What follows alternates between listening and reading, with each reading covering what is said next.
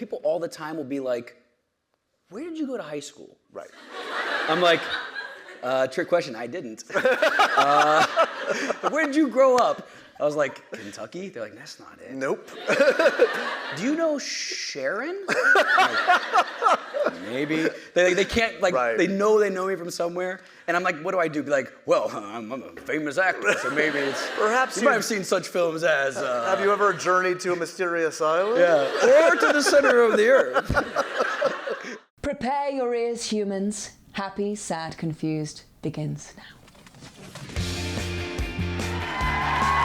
Thank you. All right, save it for the other Josh. I am Josh Horowitz, and today on Happy, Sad, Confused, we're at the 92nd Street Y with Josh Hutcherson, everybody. Ready? Stupid question. You were definitely ready.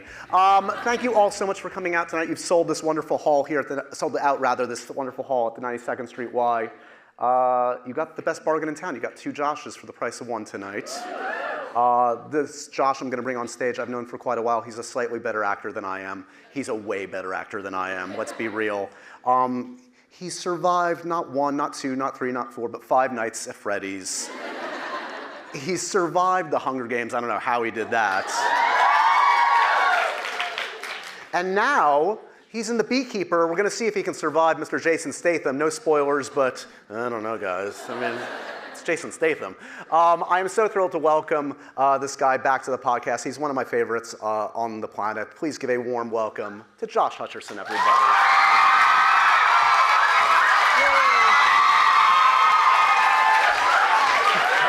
What's up, dude? All right. Hello.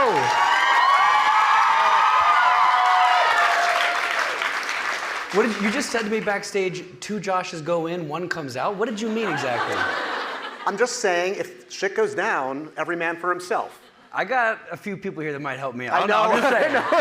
I'm just saying. This is a very bad call. You want to play that? No.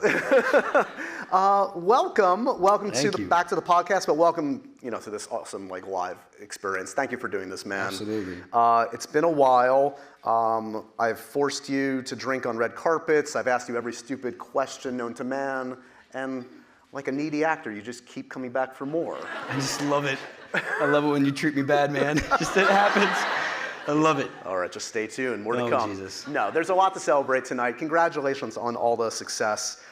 Before we get to The Beekeeper, so Josh didn't get a chance to talk about his wonderful new phenomenon, 5 Nights at Freddy's. I'm sure you all checked it out. An amazing success. Thank you.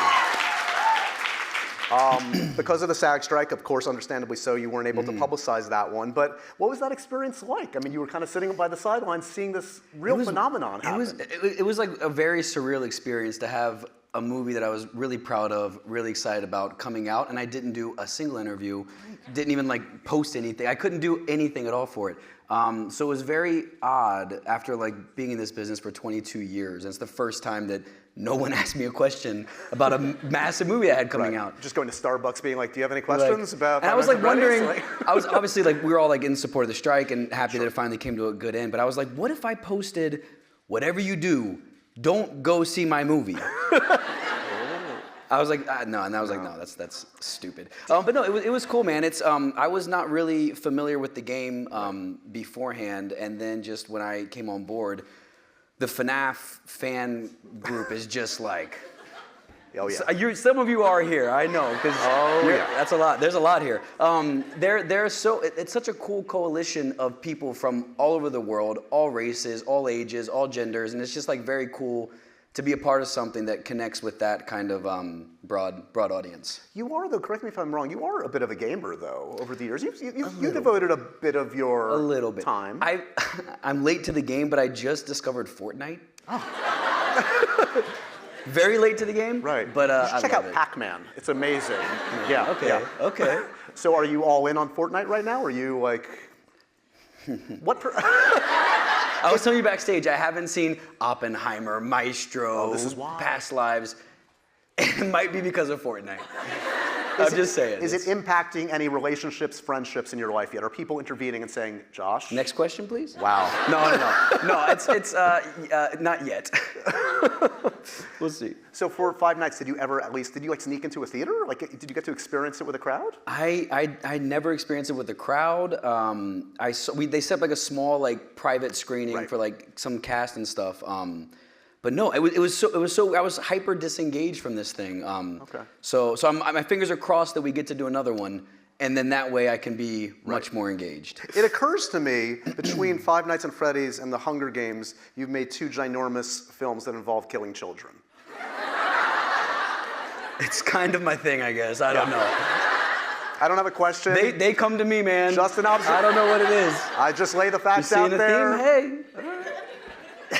It's quite a What's the question behind or statement behind the statement? Or what do you want? What I'm do you just want? saying, that must be quite a directive to Team Hutcherson.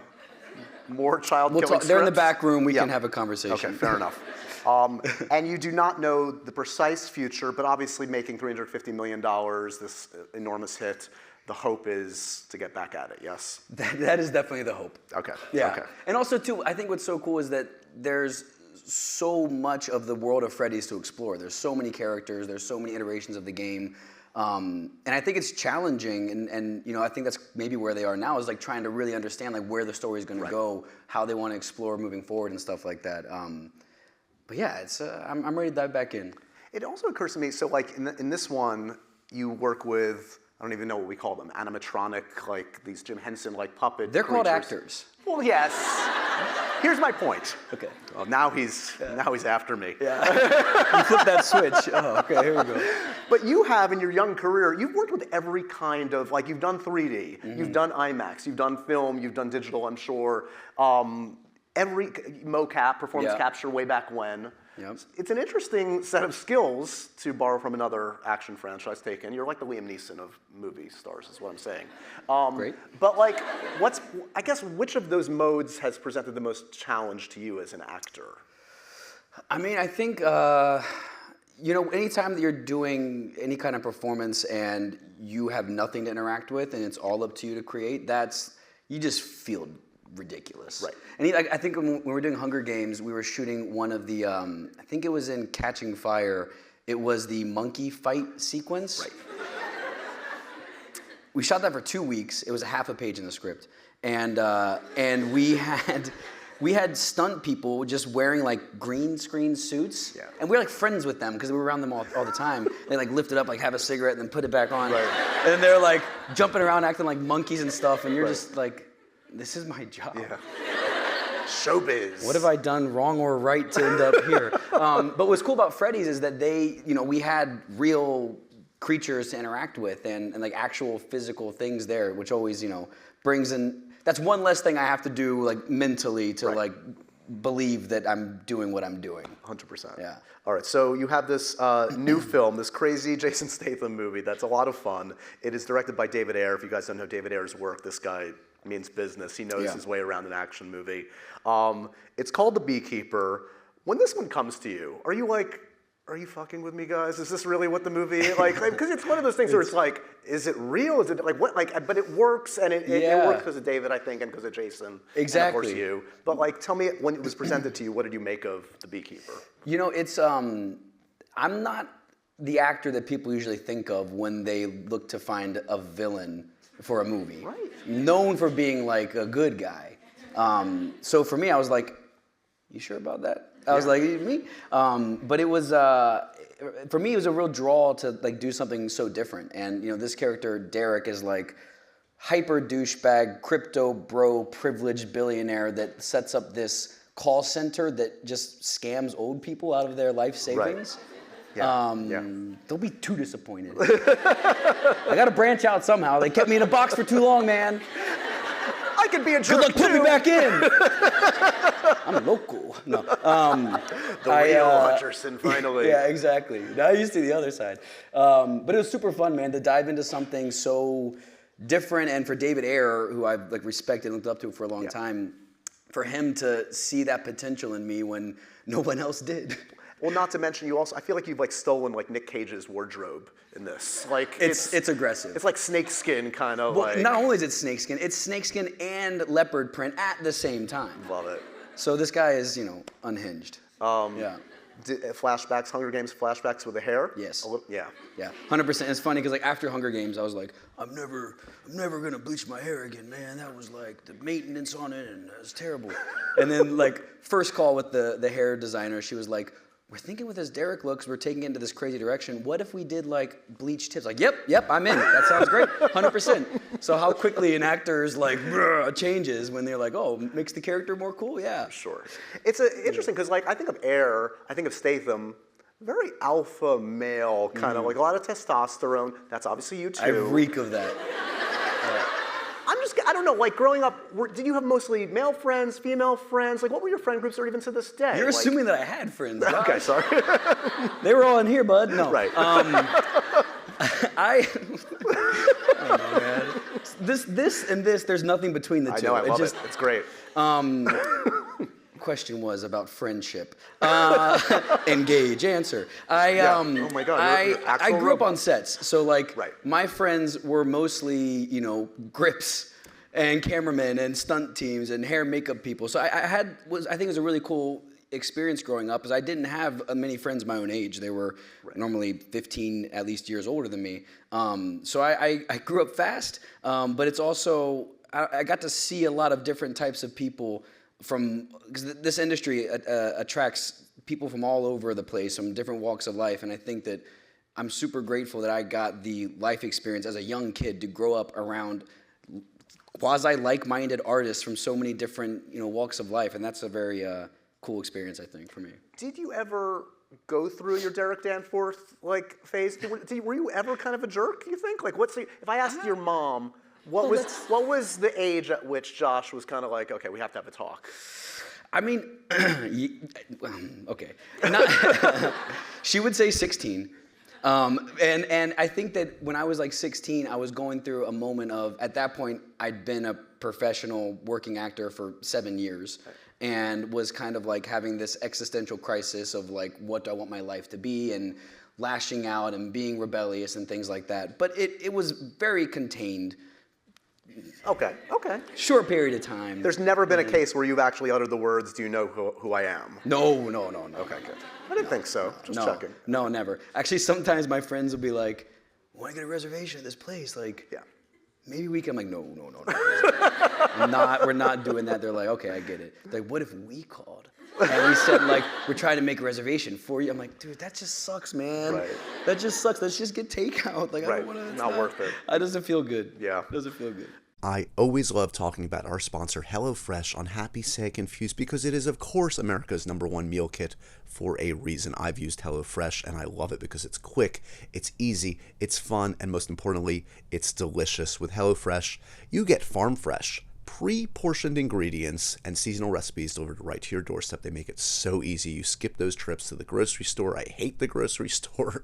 You can count on HelloFresh to make home cooking easy, fun, and yes, affordable. Plus, they don't let you get bored. They have more recipes than ever. 45 dinner options to choose from weekly, and even more market add-on items that suit truly any lifestyle. Making time for yourself is important for me, and that's why HelloFresh is important to me, and it should be to you, because they make it so simple. The ingredients are pre-portioned. You can't mess it up. You don't have to go to the grocery store. They take all the thinking out of it. They cut down the time and the effort, and yet they make it healthy, fun, delicious, and affordable. I can't express to you enough. HelloFresh, it is America's #1 meal kit for a reason. So go to HelloFresh.com/HSC free and use that code HSCFREE for free breakfast for life. One breakfast item per box while your subscription is active. That's free breakfast for life at HelloFresh.com/HSC free with that code HSC free. HelloFresh, America's #1 meal kit.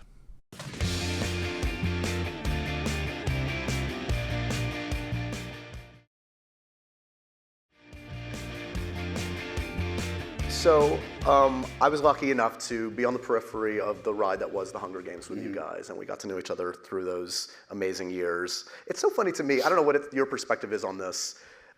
There's like so much nostalgia now for the Hunger Games as if it happened 30 years ago. It wasn't that long ago. Yeah, but it wasn't not that long ago. I guess. Does it feel like a long time ago at this point? It's weird. I know, like recently, when I was seeing all the billboards for the new movie coming out, I kept panicking in a way, feeling like I should be at a press junket, Right. or that I should be promoting this movie somehow. So that was weird. But no, it's a weird feeling because on one hand, it feels like another lifetime ago, but it also just feels like yesterday at the same time. So it's hard to really place it. But it was like more than 10 years ago, the first one. I mean, does it feel like I shot the first one 13 years ago. It's crazy. Like, that's wild. Yeah. Yeah. Do you remember at this point the initial audition? Was there a chemistry test with Jen? Yeah.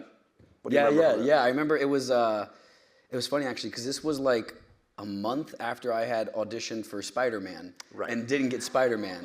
And then I ended up being Peter. So I was like, oh, this works out. I'm down. But yeah, it was crazy because I'd done like the first round of auditions and then like you'd never hear anything back. So I assumed, okay, I didn't get that, like on to the next. And then they called and they said, hey, we're gonna do like a chemistry read. I had a few actors and I went and met with Jen.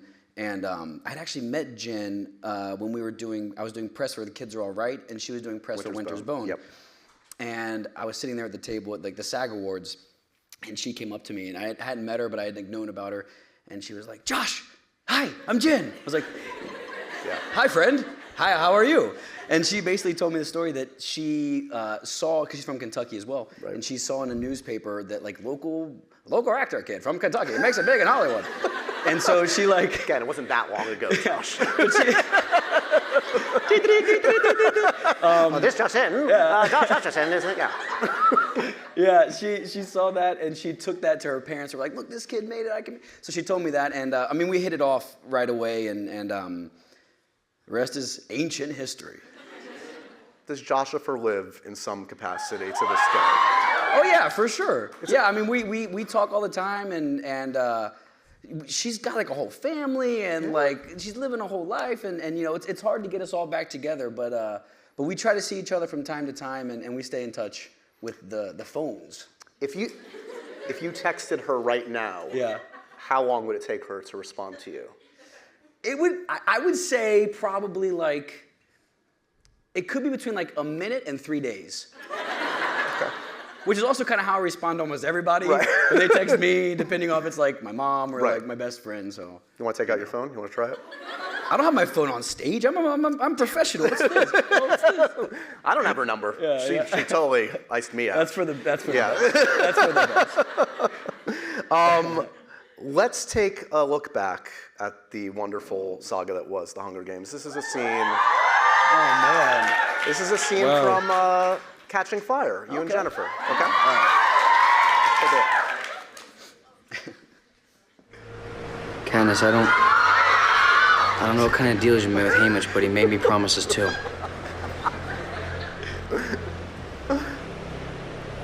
This isn't fair. If you die, and I live, I'd have nothing. It's different for you. Your family needs you. You have to live. For them. What about you? Nobody needs me. I do. I need you.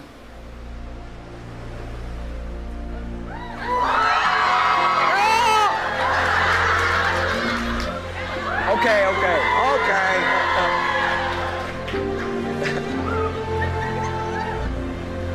All right, lovebirds.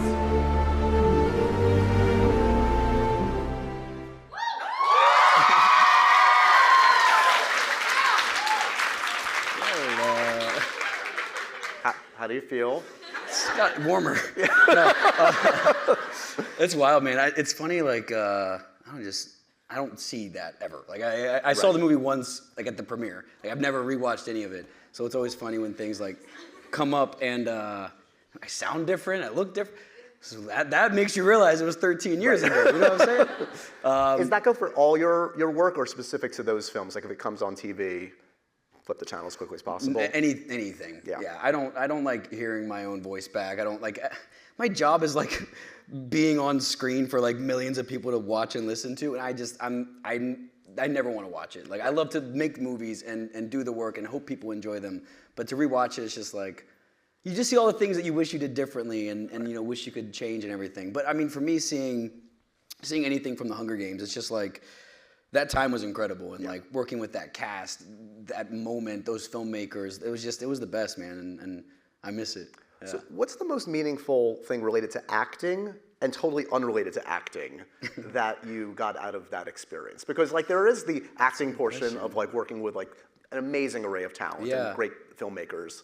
And then there's the whole apparatus that is very unique. Yeah, I mean, I think for me, just over the course of the years, anytime that you get to work with actors like Jen or Philip Seymour Hoffman, Julianne Moore, like the cast in this is like insane. You just, you hope that some of that rubs off on you in some way. You just, whether that's just their general vibe on set, or Jen, for example, has a really specific style where she'll be completely wacky, out of her mind, like a loose cannon, and then they say action, and it just instantly snaps into hyper focus. Right. And like part of that looseness allows it to then like slap into like a very specific thing. Yeah, Frances told me recently that some actors actually almost like it bothered them that she was so good at that. She could just turn it on and off. Yeah, it's. I mean, I think for me, I definitely enjoyed it because I'm very much like her in that way. But I can see somebody who's like trying to actually work. Stay in it, Somebody's like trying to take something seriously. Right. Might be hard for them.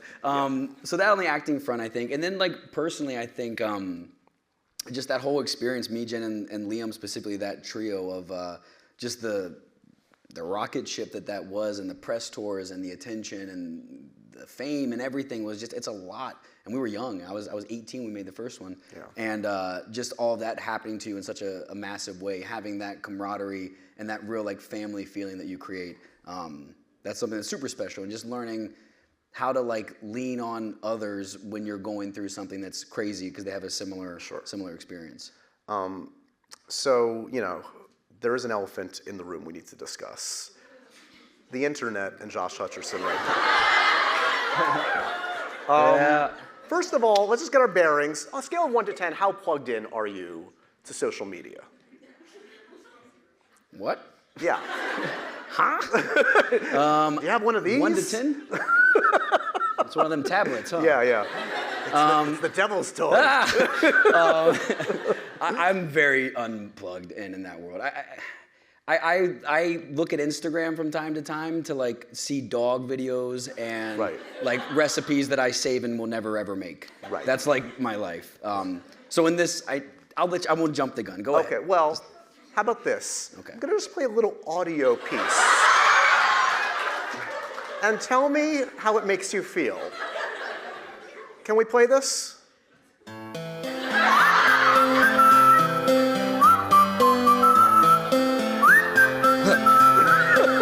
Can you blow my whistle, baby? Whistle, baby, let me know. Girl, I'm gonna show you how to do it, and we start real slow. You just put your lips together and you come real close. Can you blow my whistle, baby? Whistle, baby.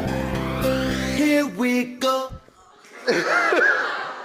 That's like when they do that at a club and you're like, I'm leaving. Like the drop's about to happen and then they're like, get out. You're like, I was on my way. So how would you characterize your relationship to Flo Rida and Whistle? Newly found. Right. This was happening, I guess, and I genuinely had no idea. And then my friend Erica sent me she's like, I never send you anything about yourself. And I'm like, oh God. What did I do? What is this guy? I know. And she sent me, it was a link to a TikTok from like the official Democrats TikTok. Right. And it was Joe Biden? Yep. Drinking a coffee cup, and I was like, what is this? Yeah. And then he turns it. There it is. And then my face pops up with some random ass pictures from like 2014. Yeah. And I was like, well, that's odd. And then I was like, oh, okay, whatever. That's cool. So weird. And then my brother and his boyfriend like sat me down over like the Christmas break. I'm talking to Paul Giamatti from The Holdovers right now. They sat me down. What did I pick? Anyways, they sat me down and they were like, okay, we need to just walk you through some things. You need to be aware of what's happening. You need to like. They're like, it's fine. You can choose to live in a little bubble under a rock if you want, but an annoying journalist may play this music for you at some point. You might want to know. Exactly, yeah. And they ran me through. And it's crazy, man. It's like a Rickroll. Yeah. Do you guys remember Rickrolling? Sure. Some do. Okay, I wasn't sure like how relevant that was. I don't know. I'm so lost. It's okay. I'm so lost, man. man. It's gonna be okay. You should bring back also the pose. Yeah. Blow my whistle, baby. Okay. No. No, you need to bring the pose back. You need to What's the pose? That's you in the video.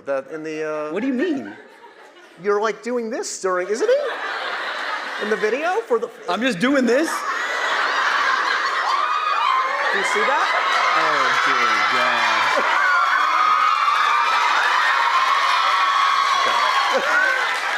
What does that look? You tell me. I think I was attempting to smize. Right. Oh, you were smizing. Okay. I don't have it anymore. I lost it. You lost it. Yeah. It's his blue steel. It's his. Exactly. But it's not only that. It's the memes. It's everything. You alluded to a little bit of the Joe Biden one. Yeah. Let's just run through a couple things I saw on the internet. So people.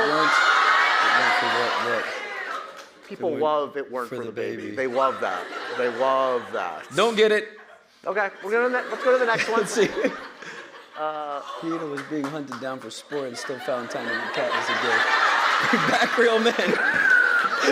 That's great. What do you think? That's great. And we have one more. I mean, that's a valid question. That is how did you do that? Dude, this is a whole thing, man. Like, the dude's a baker. Right. And he's like fighting for, how did he have the time, the tools? I remember we were shooting this in North Carolina. We were shooting it like in the mountains, like outside of Asheville. And there was like this rock, like a crevice kind of thing with like what seemed like an infinite black hole that leads back into what I'm sure was just full of millions of snakes. And they had snake wranglers on set. And they're like, yeah, we think it's good. So I just like lay there and they're like, yeah. I'm like, oh. So I laid there and for 45 minutes they did all this makeup thing around me. I had no idea what I looked like. Just laying there waiting and I'm like, hi, surprise. And it's like, and I felt like it reminded me of like in Zoolander when he's got like he's like in the coal mine and he's like, boom. And I was like, after I saw it, I was like, I'm not sure that's what people had in mind when they read. It's haunting. The book. Yeah, but it's a lot. You know, we did it. You did it. We did it. Success. Gosh, we can take darn that off it. the screen. Thank you. Or leave it there forever. Yeah, we can definitely remove that. Please. Thank you. That's all the memes you've been subjected to. You okay? You feel all right? Okay. You sweating a little bit? A little bit. Yeah. I'm so happy I live off that. I would just, and not because of me or anything, but I would just go into rabbit holes. No. I would get hooked on some kind of weird thread, and I'd find myself on some. Yeah, don't go on Reddit with your name. Yeah. I'm sure there's horrible, strange things there. Josh, what's there? I run the Josh Hutcherson Reddit board. You don't want to know. I knew it. We talked a little bit about auditioning. You mentioned the Spider-Man audition. I'm like curious, like you've been auditioning since you were what, like 8 years old. Mm-hmm. Does that make it any easier? You faced success and rejection, like all your life. Yeah. So being the 65-year-old man you are today, is it easier in a way because you've had that experience, or is it still tough walking into an audition at this point in your life? It's still tough. I mean, it's very tough. If anything, it might even be tougher now. Because it feels like after like 22 years, man, I'm still like getting rejected left and right. Like it's exhausting, but that's like part of, you know, an actor's whole life is the rejection. And it is hard. And it's crazy too, because for me, like when you audition, you have to like, for me personally, I put like myself fully into it as if I'm gonna be getting this job. I pour myself into it, I study the hell out of it, I really focus, and you give a lot of yourself when you act. And like 99% of the time, they don't even respond. You just like, it goes out into the ether, you never hear back, you're like, oh. And you read it in the trade that somebody else got the part. Right. And so it's like, it's a weird thing. We have to like go all in and do it, but as soon as you do it, just forget about it and look forward to the next thing. Is there one that still haunts you to this day? It sounds like Spider-Man was actually a good experience. Like, Yeah. Right? That's not a no, negative not at all. experience. No, I mean, what like 18-year-old boy doesn't want to be like Spider-Man? Like, that would been pretty cool. To make the top 3 or 5 of Spider-Man, that's an accomplishment. Pretty cool. That's pretty cool. It's pretty cool. But obviously, PETA was a good come up. Yeah. You know, I think like the first time that I really remember feeling rejection in that way as an actor, but many other forms beforehand in life. But I auditioned for, I think I was like 9 or 10. I auditioned for one of the new Home Alones, like a Home Alone remake. And it was like between me and one other kid, which is so brutal to tell a 10-year-old. Yeah. Hey kid, I'll do that voice again. Yeah, there it is. So saying you and one other guy, all right? What do you say you do a little dance? You've cornered the market on old-timey man. Yeah, You're exactly, so good.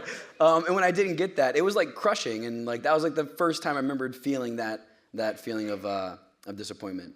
So at this point, I mean, you know, the Beekeeper is a legitimate stretch. It's like cool to see you in kind of like a different kind of a thing. Yeah. Like, can you pursue that kind of a thing, or are you kind of like at the whim of what people bring to you? Like, can you secret out into the universe what you want, or do you not even know what you want? Like, I mean, I don't really know what I want is the thing. Like I'm super open.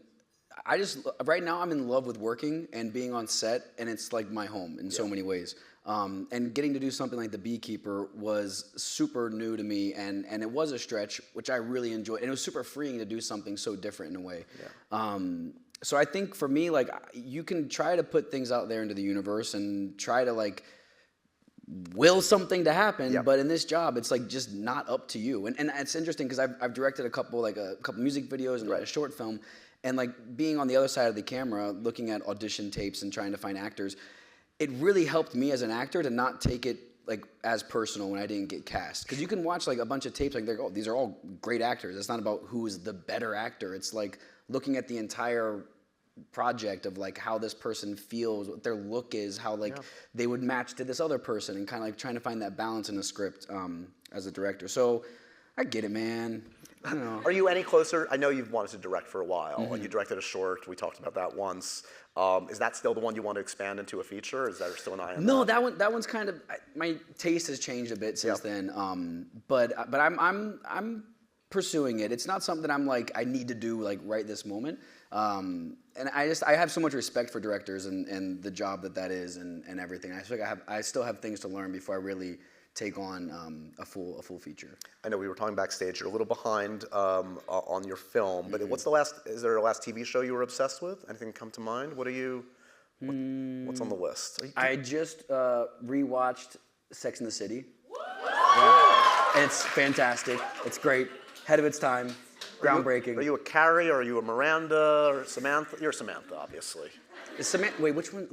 Isn't Samantha Kim? Kim Cattrall? Do I have that right? Kim? Yeah, Kim Cattrall. Yeah. I think I'm more of Miranda is she has the baby. Yes. Okay, yeah. I totally connect with her, and it's funny because Kim and Cynthia Nixon both played my moms. Cynthia Nixon in Little Manhattan, and Kim in Journey to the Mysterious Island. I was like, where have all the journey Where to? were we going? Journey to many places. I was like, was it Brendan Fraser or The Rock? Which was that? You are moving through the Fast and the Furious cast. You know that. It is true. Is this like a secret way of getting yourself into those? Oh.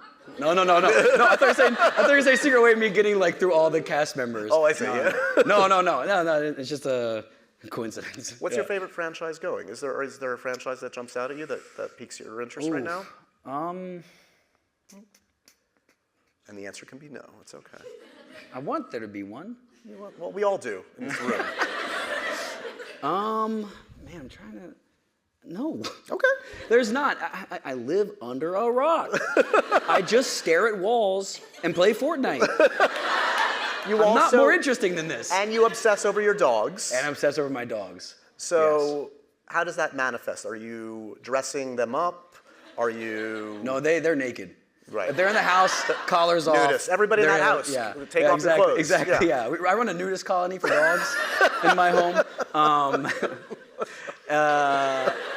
It manifests itself in just like they are like the joy of my life. Yeah. And oh my God, just like you have a We have a pit pit. rescue I have a too. pit mix, and we should do a PSA for pits because they're the best dogs on the planet. They're amazing. Sweetest. Yeah, they're the best. Yeah.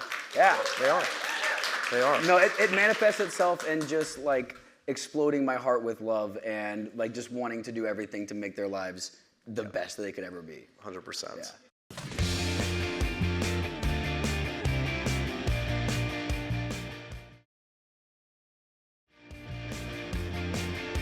All right, so let's do some profoundly random questions from the Happy, Sad, Confused questionnaire. You ready? I'm ready. All right. What do you collect? Do I collect? Yeah. You sound, well, it's not that crazy a Collect? question. I don't even have a favorite franchise. You're asking about collections? I'm sorry, we want to know the real you. Damn I it. collect houseplants. Huh. But they don't last long. They're just like it's like a graveyard of houseplants. Is it that hard to take care of a? Apparently, yeah. Yeah. Okay. Too much sun, too much water, not enough. It's like Right. dogs I got down pat, but houseplants, Right. God. Worrisome. What's the wallpaper on your phone? My wallpaper on my phone, it's like this weird drawing that I did like 12 years ago, and I just put it as the background. It never changed, but it looks like a broken phone screen, kind of. So people always think like, "Yo, oh, okay." It's not. Okay, Oh, art. Yeah, Gotcha. yeah, art. Oh, nice. Last actor you were mistaken for? Last actor I was mistaken for. Oh wait, this kind of happened not long ago too. People like sometimes. Well, I can't think of an actor I'm mistaken for. People all the time will be like, "Where did you go to high school?" Right. I'm like, trick question. I didn't. Where did you grow up? I was like, Kentucky. They're like, that's not it. Nope. Do you know Sharon? Like, maybe. They can't, like, Right. they know me from somewhere. And I'm like, what do I do? Be like, well, I'm a famous actor, so maybe it's. Perhaps you you- might have seen such films as. Have you ever journeyed to a mysterious island? Yeah. Or to the center of the earth. Is there a movie you're embarrassed to admit you've never seen? Oh, there's many. There's many. Yeah. I haven't seen the new Hunger Games yet. And that's what. Oh, and they all gasp. Get out! Yeah, out. The door's over there. No, I'm really excited to see it. The world is amazing, and Francis Lawrence directed, obviously, and it looks great. I haven't seen Oppenheimer. Right. I haven't seen this. It's like, man. I mean, they talk all about Fortnite, PETA in the Fortnite, film, what? of course. They talk, they're like, one day this guy will come. He's a baker, he does camouflage. It's all about you, buddy. Really? So there's a chance? Don't Nobody tell him. What's the most annoying thing about you, if I asked your friends and family? What would they say? He's a great guy, of course, but if he could just... Respond to text messages. Oh. I'm just like, again, living under a rock. I don't know, man. I have a hard time like just allowing myself to accept that technology is real. Right. I don't know why. It's a good thing in the end. It's like a yearning for yesteryear, like the old, No, I'm not going there. I'm not Old-timey guy. Yeah, come old-timey on. guy's coming out. No, I think, I don't know. We don't have to go into a whole, like, through my we do. therapist. Yeah, we do. All right. Well, hey, man. No, I think there's like a feeling of a fear of us losing the human connection. Yeah.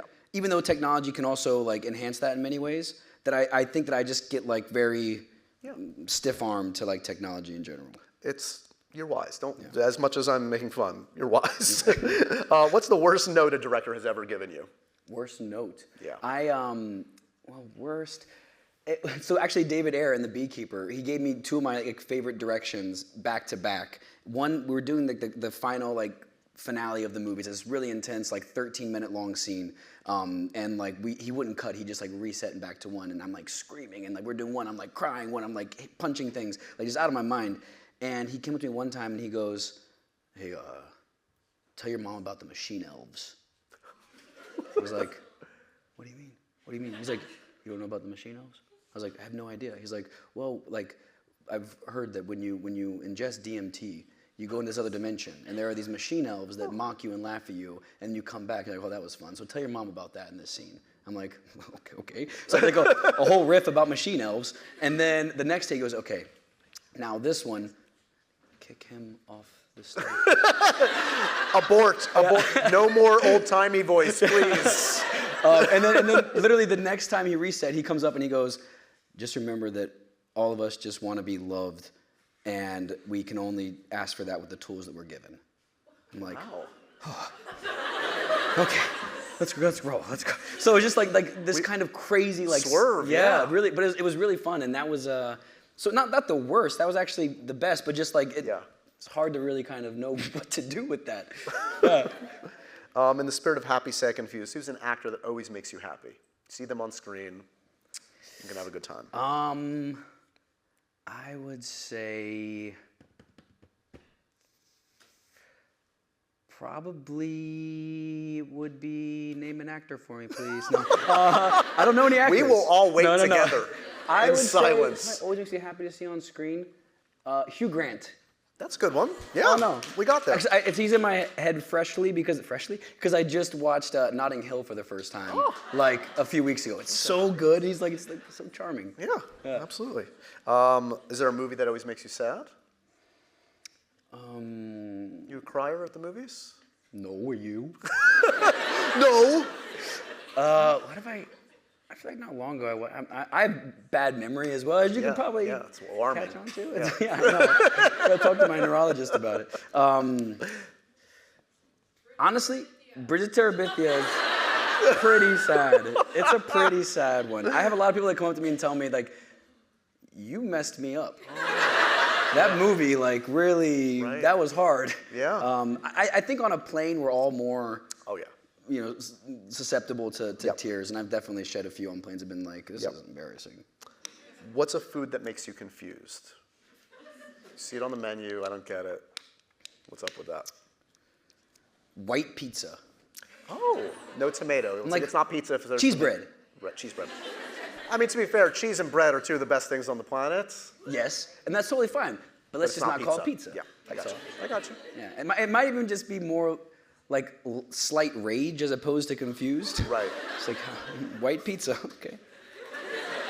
What are you doing here in the pizza section? It's funny that you give off this reputation, Mr. Nice Guy, but underneath it's all this psychotic, making the movies about killing kids, angry about white pizza. You know, and now they've given me, like, they've opened Pandora's box with letting me play Derek, so it's really got a whole bunch more crazy guys come out of me. I love it. Okay, some questions from our wonderful audience here. Lauren would like to know, do you have a favorite memory or piece of advice someone gave you early in your career that you still use now? Yeah, I did the Polar Express. That was one of my earlier things. Still, somehow people know it. 22 years? No. Stop it, Josh.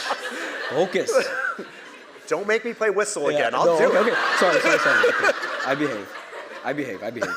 When I worked with Tom Hanks on that, he said that he always believed that fame, success doesn't necessarily change someone, it magnifies who they are. And so I always hoped that if I ever got it magnified, that it would be a good thing. Right. Yeah.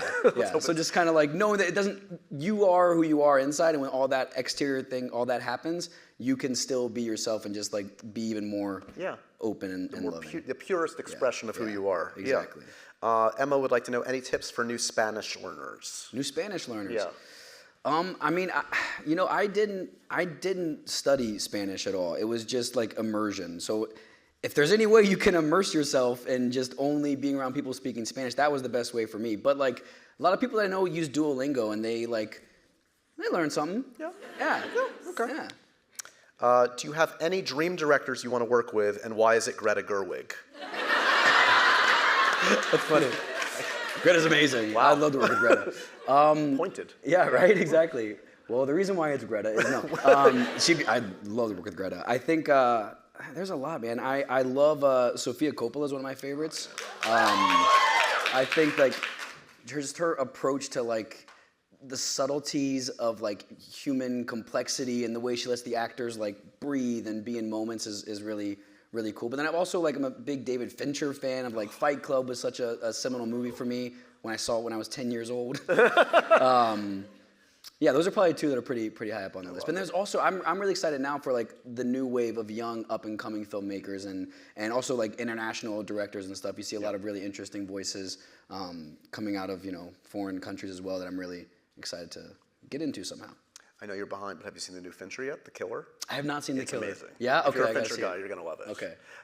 When I interviewed Francis Lawrence recently, and he was saying that you really enjoyed doing the stunts and the action in those films. Is that something? Because like you get a little bit in Beekeeper, but Statham steals it all. Steals all that great action. Yeah. But like, is that something on the list that would be cool to do a little more physical? Yeah, absolutely. Yeah, I mean, when I was a kid, I played a ton of team sports, baseball and soccer and basketball and everything. And then when I started acting, that wasn't really an option. Just like schedule-wise, I couldn't be on teams and stuff. So I always viewed stunts as like my athletic outlet. So I love that. I love fight choreography. I've done a lot of weapons training and stuff like that. So I'm not Jason Statham, but I can run. That's how you punch, right? Yeah, that's it. You asking me? Oh yeah, sorry. I'm not sure what. I feel like I'm missing something here. Olivia wants to know bees. Am I missing? What's the bees reference? They are.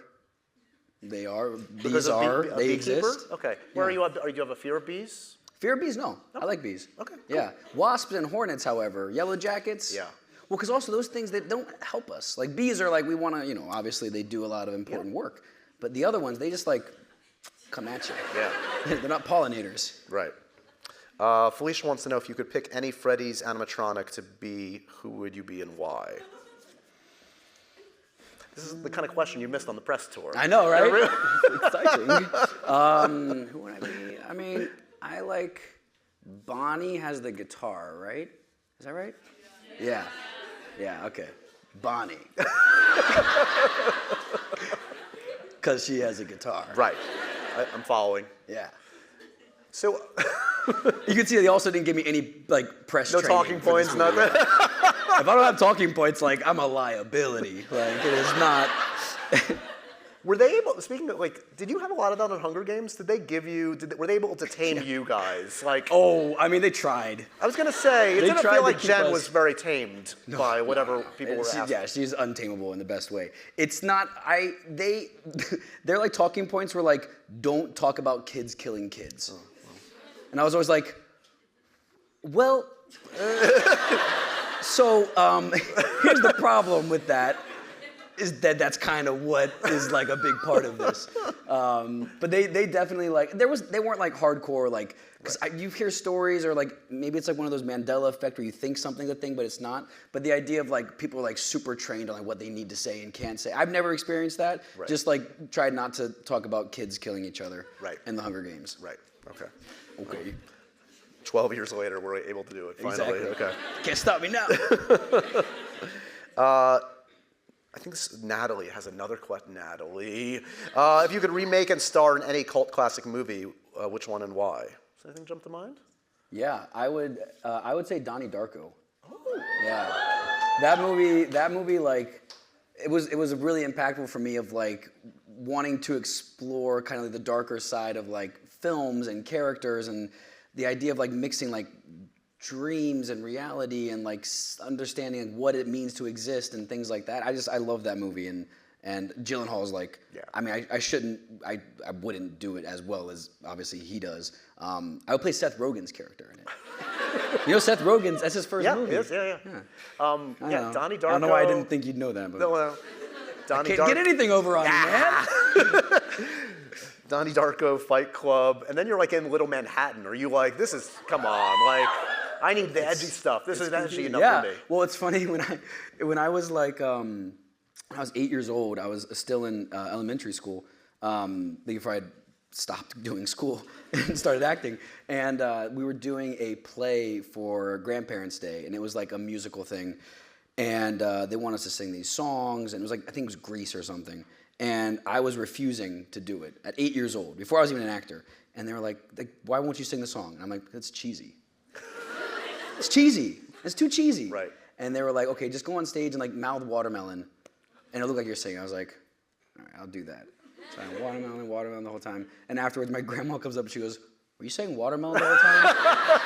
Because of course, grandma was just like laser focused on her grandkid. So I've always had that like... Right. Subversive kind of. Yeah. Anti-authoritarian. Yeah. Rachel from Kentucky Hey. wants to know, do you still have your yo-yo skills from the set of Journey to the Center of the Earth? Ooh. Haven't picked up a yo-yo since that time in Cabo. No, it's been a while since I've done this. I don't know. I haven't tried it in a long time. Okay. But that feels like the kind of toy that I would enjoy. Sure. Good old classic yo-yo. Yeah. Just a string and a rolly thing. How would that go, my friend? That'd be fantastic. This just in, the new toy is hitting the market. It's called the yo-yo. You know, the cat's cradle. Oh, boy. We're really not good for each other, are we? No. They knew. Yeah, they knew. You guys knew what they were getting into, right? Congratulations on all the success. It's been too long. Five Nights at Freddy's. Hopefully, we're going to get that. We'll take your time. We want a good sequel, so we'll take a moment, and hopefully, we'll see more of that. You guys should check out The Beekeeper. David Ayer knows action. It's got a darkly comic bent. Statham knows what he's doing. This guy, who knew, can play an asshole. Amazing. Fantastic. Little old me. Can we listen to Flo Rida one more time before we go?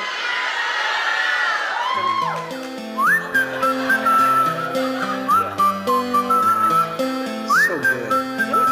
Is T-Pain? Can you blow my whistle, baby? Flo Rida. Whistle, baby, let me know. I knew that. Girl, I'm gonna show that you Flo how Rida? Is to Flo do Rida it, and we Florida? start real slow. I know. I was joking. I know. Yeah, Josh. I think it's gonna. Blow my whistle, baby. Here we go. Ladies and gentlemen, Josh Hutcherson, everybody. Thank you. Alrighty. Thank you, guys.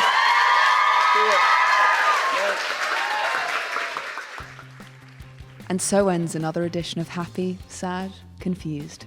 Remember to review, rate, and subscribe to this show on iTunes or wherever you get your podcasts. I'm a big podcast person.